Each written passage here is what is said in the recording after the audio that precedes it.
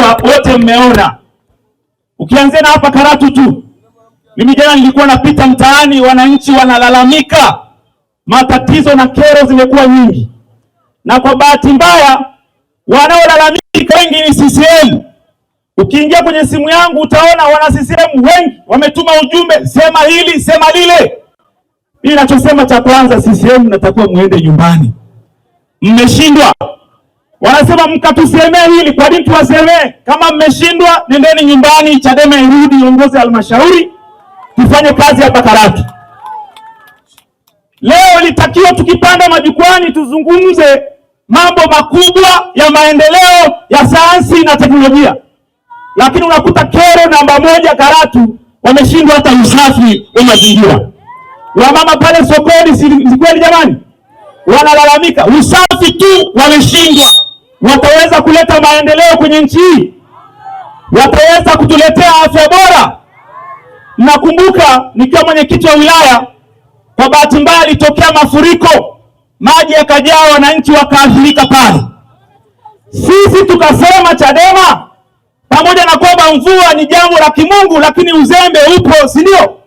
Na tukatoa mapendekezo, tukasema pamoja na mambo yote tujipange, viongozi wajipange, maji yakiisha bwawa lile lisafishwe, takataka ziondolewe kwa ajili ya kuepuka baadaye mambo kama haya yasitokee. Wangapi wamepita hapo na kuona maji yameanza kurudi tena? Si mmeona jamani? Sasa maji yakijaa hapo watasema tena ni mambo ya kimungu au ni makosa yao CCM? Ni mambo ya kimungu au ni makosa yao CCM? Peoples, chama msimamo wetu, tunaona wanapoteza fedha za Watanzania. Wauaji wa tarehe 29 wanafahamika. Watu walipigwa risasi, anayemiliki risasi ni nani? Raia au jeshi? Raia au jeshi? Kuipa tume ichunguze matukio ya tarehe 29 ni sana umwambie Mtui au niambie mimi nijichunguze ni mwanamke au ni mwanaume, wakati asubuhi leo nilipooga nilishajichungulia. Yaani asubuhi nilipooga leo nilishajichungulia, na uhakika sihitaji kujichunguza kwamba ni mwanamke au ni mwanaume, si ndio? Sasa walioua ni polisi, wanajulikana, wamepiga risasi, au sio? Wanachochunguza ni nini? Kuna raia Tanzania wanamiliki bunduki pamoja na risasi? Kuna sheria inaruhusu watu wamiliki risasi na bunduki kiolela? Maanake wao wanapaswa kuwajibika. Lakini mnafahamu polisi walikuwa wanahangaika wakilinda ushindi wa Mama Samia. Rais akatangazwa kwa nguvu.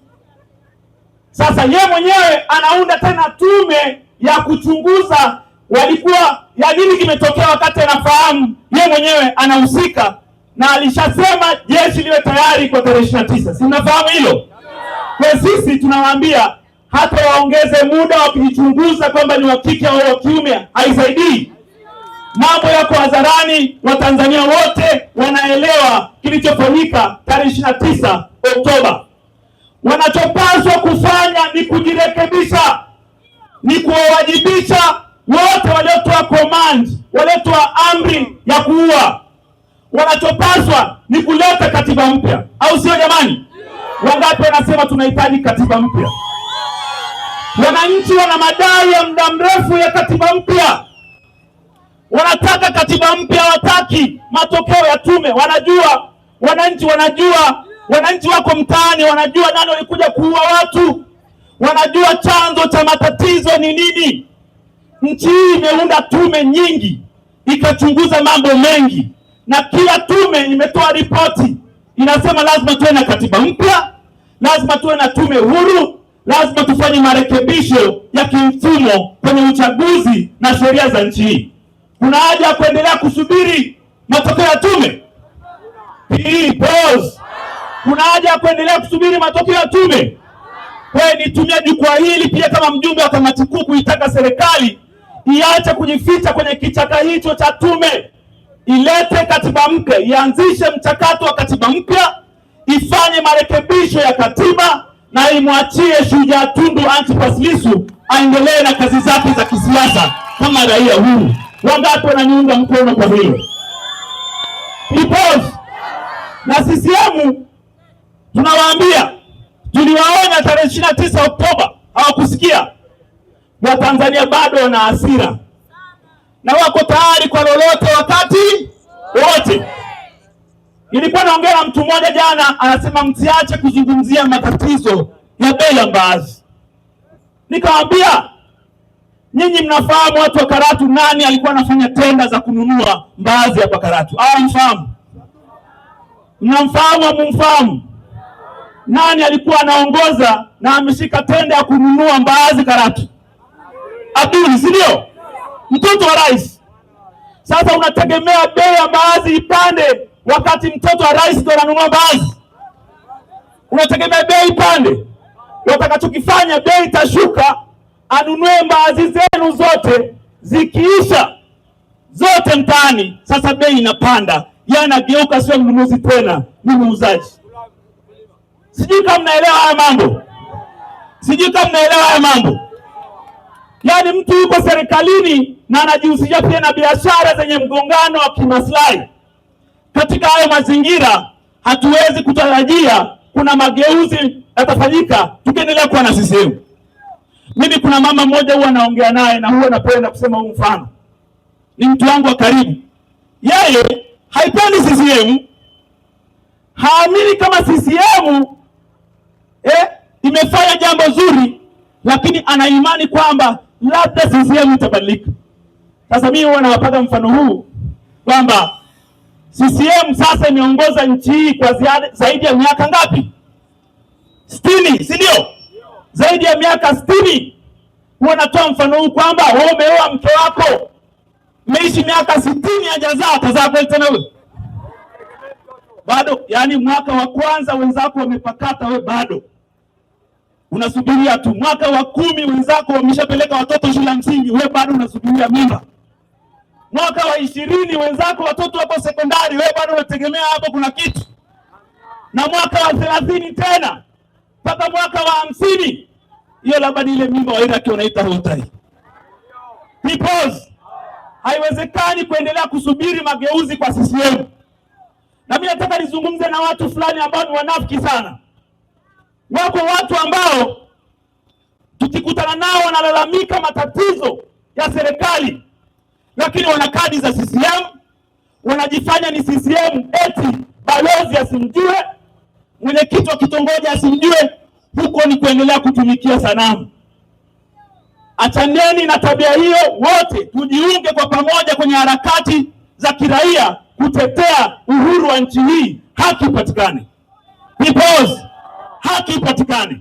Na sisi Chadema tunasema haki kwanza, amani baadaye, kwa sababu amani ni tunda la haki. Ukiwa na haki kutakuwa na amani.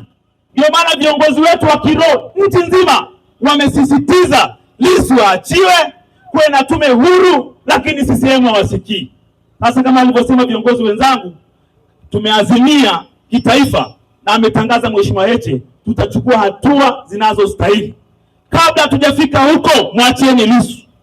Kabla hatujafika huko, anzisheni mchakato wa katiba mpya, katiba ambayo italinda maslahi ya wananchi. Because kuna kiongozi mmoja hapa, nadhani mwenyekiti wa jimbo, alizungumza habari ya Jumbe na polisi akasema, na wakati mheshimiwa mwenyekiti wa mkoa unamzungumza huyo kiongozi, alikuja mtu pale mwananchi akaninong'oneza akasema hizo fedha anazitumia kujenga hoteli kule Choma, kwenye eneo ambalo lilikuwa la umma.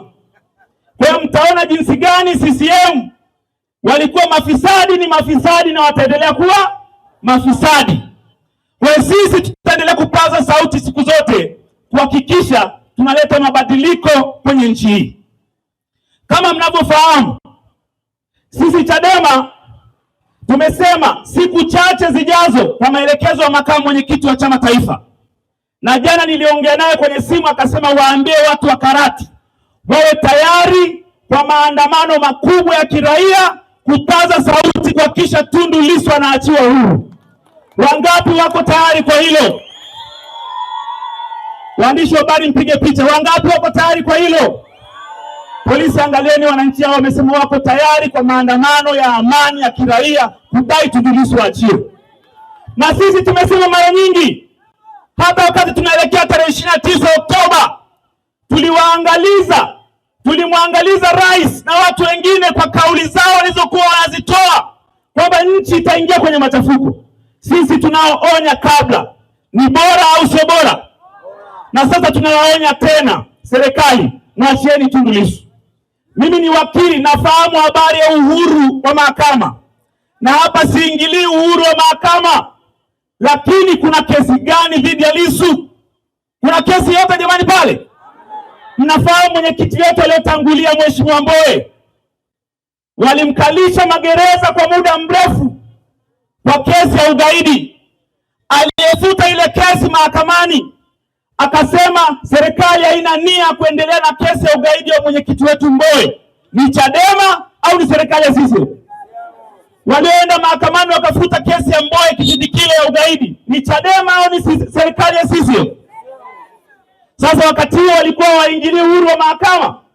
Serikali ndio inayeshitaki, na pale inapoona hakuna maslahi ya umma kwenye shauri hilo na hakuna kesi ya msingi, wanapaswa kufuta. Watanzania wote wameona, na sisi kanda ya kaskazini tutangazie dunia kwamba tutaongoza mapambano na maandamano chama itakapopanga tarehe kuhakikisha Tundu Lissu anaachiwa huru, kwa sababu hana kesi yoyote ya msingi.